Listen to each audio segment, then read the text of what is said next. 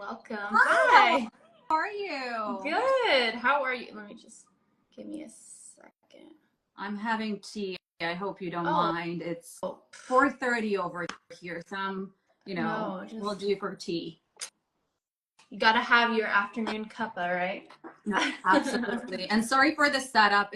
This time is where the sun starts to set over here in Warsaw. So I'm with one lamp, some accent lighting, hoping that you're gonna be able to it's okay. It's okay.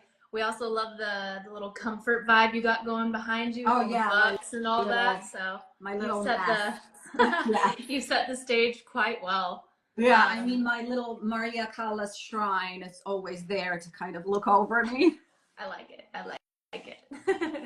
But how's your day going? Thanks so much for coming on. It's my pleasure. Thank you. I've been so excited all day. I've had a couple of calls. I was like, no, sorry, gotta go. I have a podcast with my friends from Portugal. So I'm very excited for this, especially that the topic that you suggested is very excited for me. And one thing I have to apologize for, if you hear the noise, I've made a very exciting decision to get a cat a month and a half ago, and I like it. So she's running around like a little crazy person. So if there is any noise, nothing's happening, let's just ignore it and pretend we didn't hear it. Okay? No, that's great because it keeps it real, Yeah, we got it. Absolutely. We keep it real over here. That's the whole point. It's relaxed, all those things. So it's also good to see you again because it's been a while. So yeah, it's been a while. I had emails. Are you available? When's the wedding you're doing? Yada yada yada. Life, right? Especially you as a wedding planner. So I wouldn't say that you guys don't have you don't really have time to spare either. You're very booked and busy. It's always behind the scenes stuff, right? Absolutely.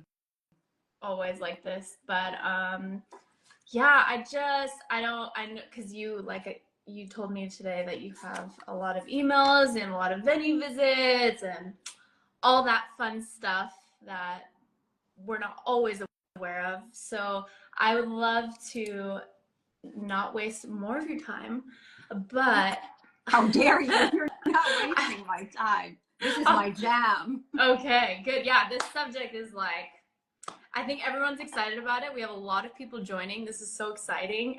Some people subscribe to the countdown of today. So this is exciting for me.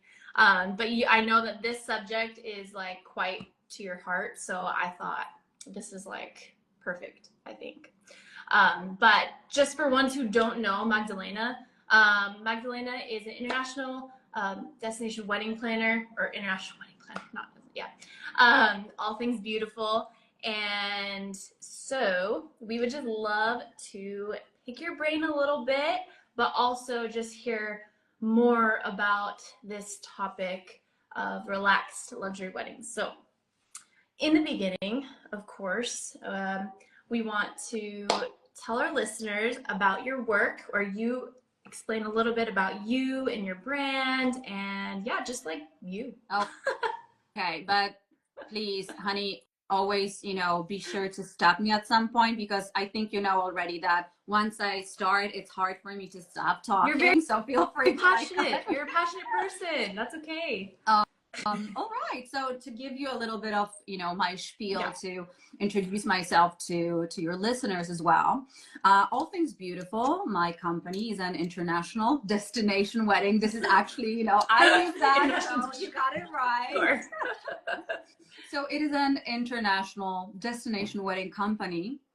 And what I focus on in my work are highly personalized, well-curated, bespoke celebrations around Europe and beyond. And I think one thing that I always like to stress here is one core belief that I have, that I center my work around. And that is that the beauty that we are surrounded by, the spaces that we are in, well-curated spaces that we are in, have the power to affect how we feel and experience things, experience events. So beauty, hence the name of my company. I was just gonna say, the beauty is not Absolutely. The beauty is not just there to be admired. It is something that we use very consciously, intentionally as a tool to evoke certain emotions, to make sure that the whole wedding event, it's not just beautiful in an aesthetic sense. It is also a beautiful, all-encompassing experience for the couple and their guests. So that's in a nutshell what I do. If it is about my couples, I always say that my focus here is the design loving, architecture loving couples, international crowd. I have a lot of couples that one person is from one part of the world, another one from the other, and their wedding is the place where them and their families meet in this beautiful setup of their wedding. I love that. I love that. I love your approach to wedding planning. It's a little bit different than I think the traditional. I really appreciate it. We've been big fans for a long while. A fan of yours. So thank you so much. And I know it's like beneficial for other brides who aren't really sure what kind of wedding planner that they want as well. We have quite a few listening as well, so it's exciting for them to hear a bit about your approach. Now, in terms of, so since relaxed luxury is quite your forte, as we talked about, can you explain to us what really is a relaxed luxury wedding and why are so many, you think, leaning into this idea? Absolutely. I think before we dive into what exactly is relaxed luxury, I think we ought to acknowledge that the very definition of the word luxury has been somewhat diluted recently. The lines of what actually defines luxury have been somewhat blurred. And what I think could help this conversation, this discourse in our international wedding planning community, in the wedding industry, is the very clear distinction that I like to make, and it is what feels like luxury, and this is very subjective, and what actually is luxury, what falls into the category of luxury product, luxury service, luxury budget, luxury price tag. So the example that I like to give here is, let's take a car. So for some people, the mere fact of having a car is a luxury, while for other people, it is more about the type of car that they are having.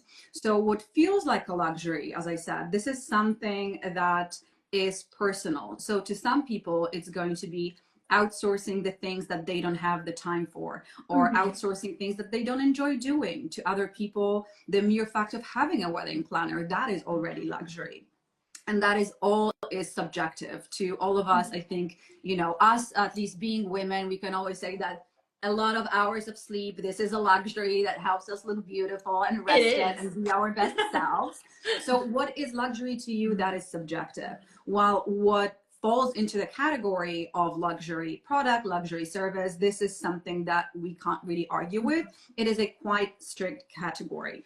So speaking of that category, when we're talking about luxury weddings, obviously one defining characteristic of what luxury is the quality. And I think this is where we should start. Quality is really what is going to define luxury wedding. And this is the quality of suppliers, the quality of the venue, materials, craftsmanship, all of that falls into that category of luxury. Now, what is relaxed luxury? I think what draws people into that is, and what that actually is this ease of it, is that the whole world relax, is making it seem as it is just so. It's, you know, oh, I woke up like this. It's this effortless feel that no makeup. Exactly. No makeup. You know, I just woke up, my hair is always like this, you know. Oh my God, didn't touch it at all. I feel like what draws people in is this feel of ease. And while we had years and years of understanding luxury weddings as something that is very out there, and this is still very much happening. Many people choose to have weddings like that. We can think of some celebrity weddings that would fall into that category, where they have massive displays and everything is very big and very out there. Well, I feel relaxed luxury is less about the wow factor. It's about being very intentional with where we put that attention, where we draw guests' attention. It's about creating a journey. And I think to best describe relaxed luxury, I love to use an example of Marie Antoinette and her, and I have to apologize to all French speaking people because my French does not exist, but her chateau, Le Petit Trianon. So it was kind of a fantasy of a cottage in a countryside. But if anyone knows anything about Marie Antoinette, she wouldn't be going pick up the eggs from chickens. It was beautifully shown in Sofia Coppola's movie when her maids would go and clean the eggs, so they were just beautiful, pristine eggs before she picked them up. So it's this kind of relaxed cottage feeling. It's just, you know, it's just beautiful. It's so cool. Nothing is really happening here, but there's a lot of work and a lot of intention behind it. And I think this is what is the relaxed luxury. So I feel people, brides, grooms, people who are drawn to that aesthetic, they appreciate the quality. They understand that quality really is what makes the difference. And that comes with, more often than not, with a luxury price tag. It is making it still feel effortless and not intimidating. Yeah. So we want it to be an inviting space for people. We want this to be, again, we can use this word gazillion times. It's just relaxed experience for the guests and for the couple. So I feel it all centers around the word ease, as if it's not too stressed. Everyone is not, oh my God, what do we do now? There is this shot that we have to have. There is this part of the event. It's more the experience about as well, right? experience and just leaning into the experience of the day and treating it as, you know, just another afternoon. We just got married and everything was perfect. I love that. I love that. I think that was super helpful for many who have been wondering or even considering this for themselves, you know. So thank you so much. It'll be exciting for ones later who haven't heard to be able to listen to all of that. You guys should probably write that all down also. So then for you as well, what are some like non-negotiable things for you to be able to plan a relaxed luxury wedding and to not compromise in quality, etc.? So I would say non-negotiables. I would say it's setting right priorities. And by right, I don't mean that some are better than the others, but it is for the couples to prioritize certain things over others. It's having a very clear vision. And obviously your planner is also there to help you refine that vision. But having a very good understanding of what is that you're looking for and where do you see that wedding and that budget, wedding budget, because let's not kid ourselves. This is what we're discussing when we're discussing wedding planning, we're discussing budgets. So the way I like to look at it is through the lens of what your priorities are. For some, this is going to be the entertainment and photography. For others, it's going to be the details like stationery and flowers. Everyone has, I always ask my couples as well, to name 2 to 3 priorities. What would be the it parts of their wedding day in terms of the design, experience, etc. So I would say the non-negotiables is, there would be one non-negotiable, and that is having a very clear vision of how that day is going to go for them, what they are looking for in that day, be that from the visual part or the experience part.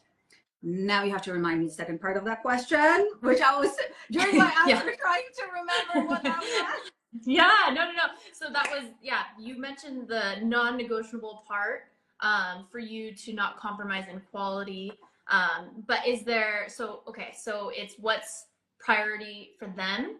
Yeah. And then is there something else on your side that you're like, this is part of my experience. This is like, in order to really have the relaxed luxury, I need to make sure you do this or have this or I wouldn't say there is anything in particular that I could point to, like, oh, if you don't have this, this is not going to be relaxed luxury type of wedding.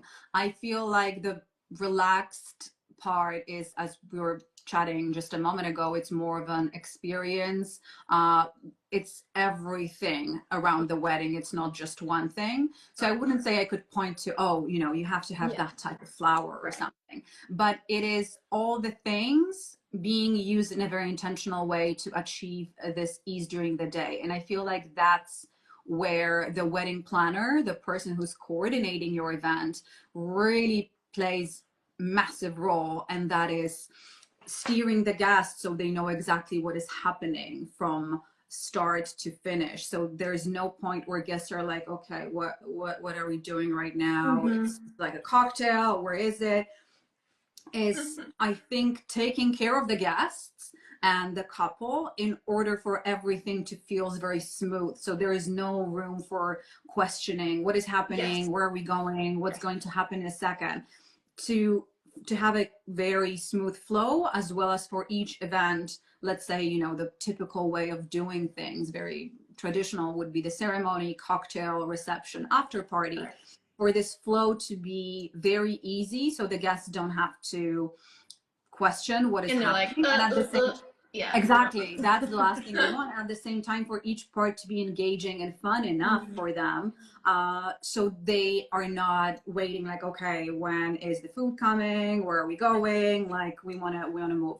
So I feel like that is what I would say, the one thing that we really need to focus on. This is how we bring that ease, so everything feels effortless. It's all the work behind. So this is not necessarily something that I can tell my couples, you know, this is what you need, because this is really in the tasks that I put on myself and on my team to make that happen. But no, I wouldn't say there's like one thing, you know. It's a couple different things. The florist, definitely a couple of things for sure. And in turn, because also you're very inspired, and all of your weddings are inspired also by architecture. So is that also something like that also plays into the relaxed luxury, or?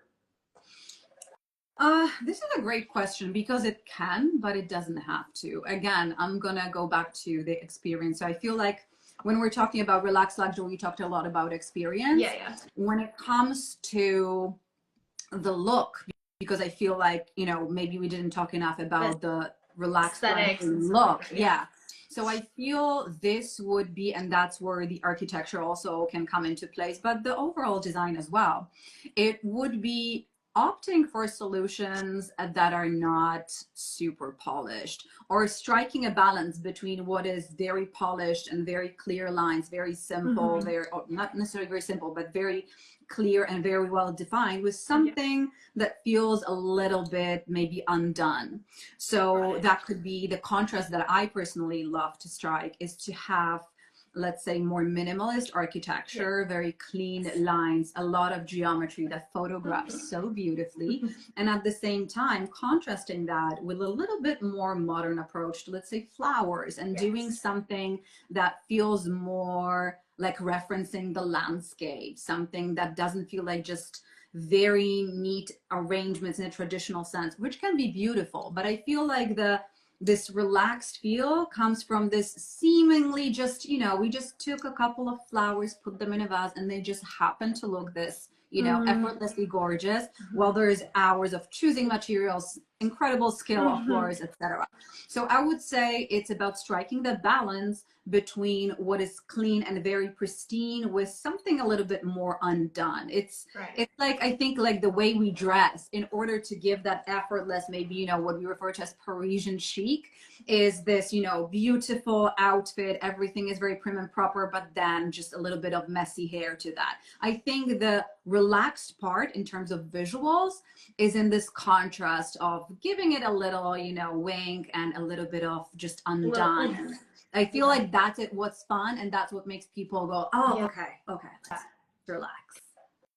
Because at the end of the day, it's people, right? So everyone has different personalities and stuff like that. So it's almost like a very personable thing as well, rather than just like, okay, we got to stand here and, you know, be tense. I imagine relaxed. Like they can feel like themselves. Like they don't need to feel, just because it's at a wedding, you can't feel you like yourself. Absolutely. That's I think you just hit the nail on the head when you said when it just, feels natural, feels like you.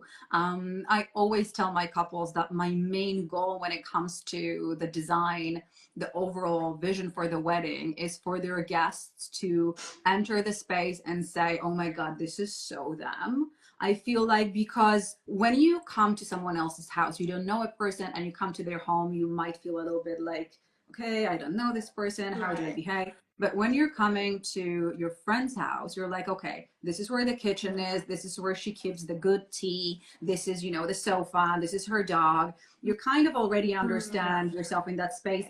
However beautiful, grand, or even intimidating, you feel more at ease. And I feel like such a good illustration yeah, to explain. exactly. Yeah. So I feel like it's this aspect of just bringing that personality and really making it feel like the couple. That is also what contributes to this kind of relaxed feel. Right. Oh, that's so good. I love that so much. I mean, we're real lovers of relaxed luxury, so same here. Yeah, I mean, yeah, that's why, like, every time I even look on your profile grid, I'm just like, it's like anyway, it's just like, I love that. So I think it's like the perfect topic for you, because you just like, you embode, yeah, like that is like part of you, so it comes out in your weddings as well. Thank you so much. That really You're means a lot. welcome. No, I don't say stuff if I don't mean it. So, if I don't mean it, I'm not gonna say. Okay. It. But Got it. But yeah, thank you so much for sharing that. And now we're gonna dive in a little bit into more like your process too, to kind of combine two things as well, because I know people also are wanting to hear that. But it's perfect because this is all of what you give to. So yeah, how do you even go about finding the right vendors for your clients, as well as like what do you look for when having them as your also preferred vendors? Oh, great question. So, I know we kind of talked about it a little today, yeah, but yeah. Okay. We're gonna get there. A little rant. So where do we start with kind of finding the right people? Yeah. It again goes back to having a very clear and refined vision for the wedding. So it is understanding the atmosphere that we want to create and the look that we want to create, which are tied together, obviously.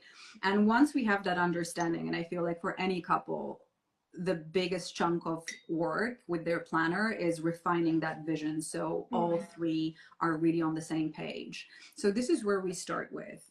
For me personally, while I have some people that I have worked with in the past and it has resulted in weddings that I've been proud of all of my weddings, but it resulted in a fantastic atmosphere on the day. It had really felt like a creative collaboration. Then obviously those are the people whose talent not only I admire, there are also the people that I would definitely like to work with again. But I wouldn't necessarily say I have a preferred list of vendors. I think I would be doing my couples a disservice if I had a go-to list of, these are the 3 florists that I like in this country. This is, of course, there are people who are top of my head, people who I have worked with, people who I have connected with, people whose work I admire and are still kind of on top of my list. This happens. I just recently started working for one wedding with a stationery designer who we've connected, I think, 2 years ago. And I've been a huge admirer of her work. And now finally the time has come for us to work together. So I wouldn't say I have, as I said, one set list of, oh, these are my preferred vendors, because again, that would be a disservice to my couples.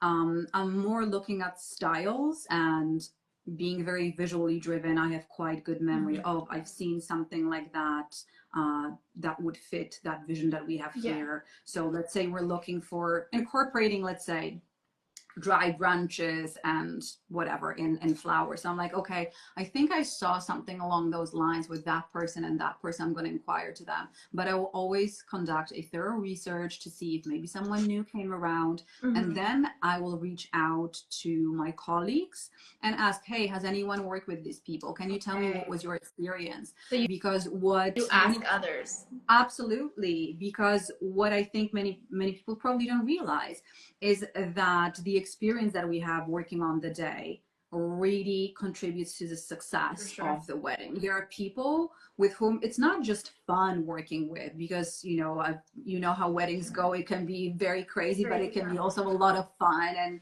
we have a lot of laughs. And apart from hard work, it's just also a lot of fun. But at the same time, you want to work with people on whom you can count, people who you know are going to be team players. I don't necessarily believe in, oh, this vendor is more important than that vendor. Everyone has a critical role to play. Everyone has been brought there for a particular reason. So I will always vet those recommendations. If I haven't worked with someone, I'm going to jump on a call. I'm going to chat to this person. I'm going to go through their portfolio. Of course, there's always a risk of, I'm working with someone new. I can't really vouch for them because I haven't worked with them in the past.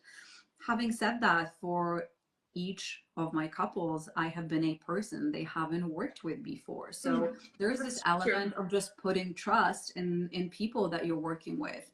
So I feel like that's where the secret sauce, so to say, is the not really keeping a closed set of people that you work with, because I feel like that's limiting to you as a creative, but also to your couples in terms of what you can offer them. True. I don't know if that really answered your question. No, it did. Also too, because I mean, as you know, like every day it seems like there's a new artist and a new creative. So and someone may be better than the other, or have something else that they can give, it's like equal opportunity, of course, which is I really appreciate that you do take the time to, of course, research and talk to others just to make sure, but at the end of the day, choosing ones that fit what your couples need. And so in terms of like, even, I mean, because you did touch on this a little bit, but I mean, I would love for you to share, because I know some are wondering as well, like, even when ones are also on your radar, are there certain things that you look for or that you don't appreciate? For example, a little hot take. I think you might be just referencing like today's little I don't know. I'm not really sure. So just to picture the situation that I found myself in, and kind of what I feel is very important this is maybe less for brides themselves, but more for us as creatives in the industry, vendors, creatives. What is extremely important to me, apart from obviously feeling aesthetically aligned in certain sense, I feel like each one of us, from photographer, florist, stationery designer, wedding content creator, planner, we all have our own aesthetics, styles that are natural to us. Like for myself, do I love maximalism and crazy, very loud and out there weddings? I love this, but I wouldn't do that because that's just not who I am as a designer. You just have to understand who you are and what your style is. So I think understanding that is the very first step here, to just be aware of what your style is. So I would say seeing if you feel like we are aligned aesthetically, for sure. If what I do speaks to you, if what you do speaks to me. I think what turns out to be really counterproductive is when we're trying to force connections with people just because maybe this is a very sought after photographer right now, but when you look at their work and at your work, you're like I don't see this. Yeah, it just or doesn't. You look at me as a planner and like, she doesn't do anything that interests me. So I feel like there is this aesthetic kind of alignment, and then there is a personal connection, and to me that is about building that connection, sometimes with me being a very small studio and a bespoke one, I take a handful of weddings every year. So they're creatives that I am in touch with for a couple of years. And it's only after a few years that I'm able to actually inquire with them and work with them, because that's the time when those stars align for us. So in terms of vendors, I would say it is the aesthetics and that personal connection, building that connection, because at the end of the day, I would always choose someone who's more of a team player, who's creative. I would maybe choose someone who has less of ideas, but is a team player, and I know is going to give me and the couple their all, instead of someone who's just there acting like a diva, which can happen in any vendor creative category, by the way. Yeah. So personal connection, building that personal connection, and aesthetics. Yeah, I would say those are the two main things. Got it, man. You have blown our minds today. And I'm sure everyone that's listened is like, wow, there's so much to know, because there's a lot to know about weddings and also aesthetics and just how it all goes, but also what's important to certain people, as well as being a professional in the industry, what to expect, and just, yeah, all that stuff. So I really want to thank you so much for taking your time today. And like I said, it's always nice to actually speak about, well, first of all, speak with you, but also in general, just talking about the industry that we all work in, because we all can learn from each other as well. Mm-hmm. And yeah, and because ultimately it results in better results for the couple and for us as an industry. So I'm very thankful for this, and yeah, thank you so much. I will put this out shortly and share it on the stories for everybody to listen while they're driving, while they're working, however they choose. I love this, and thank you so much for facilitating this conversation. I feel like, as you said, it's extremely important that not only we educate our couples, future brides, future grooms, but also for us to learn from one another as creatives. Sorry, I just said, is there an advice Magdalena would like to give to a starting planner? I forever consider myself a starting planner. Let me start right there. Wow, that is a beautiful question. Yeah. I think the best advice I can give is to really lean into what feels right to you in terms of the people that you want to serve and work for, the spaces that you would like to work in, and connecting with people who really speak to you. I remember in the very, very beginning, before I even formally set up my company, I remember when a mentor of mine was trying to ask me a question, okay, but what's your niche? What style? What are we talking about? I was like, they want boho, I can give them boho. They want, elegant, I can give them that. And it took me time to realize that it's not about serving everyone. It's about finding your niche, but finding a niche, not in a sense like, oh, no one is doing that, but finding your niche in a sense of doing something that really feels like you, that the aesthetic, the style, the atmosphere that really comes from your heart, that really speaks to you and comes naturally to you, because that is going to make it easier for you to connect with other people. And that's how I started. I've been incredibly lucky to connect with like-minded people who, when I was very new, I didn't have any experience under my belt. I had incredible people who have given me their time, who have jumped on a call, given a chance to a complete newbie. So find your people, find people who you feel do what you would like to do, whose aesthetic, whose style of working really speaks to you, because that is that secret sauce that is going to allow you to be a planner of your own and create a community of your own. I hope this helps. Oh, that's so nice. Thank you for answering a secondary question, or it'd be actually a fifth question. But I love that question. Yeah. No, that's great. I'll put this also in the description of the podcast too. So for ones who are newer planners as well. But even the tip that you gave is important for any person that's starting off with any business. but as well, but of course in the industry, you know, I have to say also Fernanda, we worked closely together in the beginning as well. She's the sweetest. Love Fernanda. And when you find ones like her and like we try to do as well, like to give people a chance and to just help, to give yeah, it just helps everyone to grow. Yeah, and so I feel like ultimately that approach is what benefits our couples. That's how, 100%. that is the connection that I'm talking about, you know, throughout this chat that we had. Is this personal connection, just connecting with like-minded people. Exactly. That is where the magic happens. I feel like that was a very cliche way of putting it, but I did it. I think I've heard that before. All right.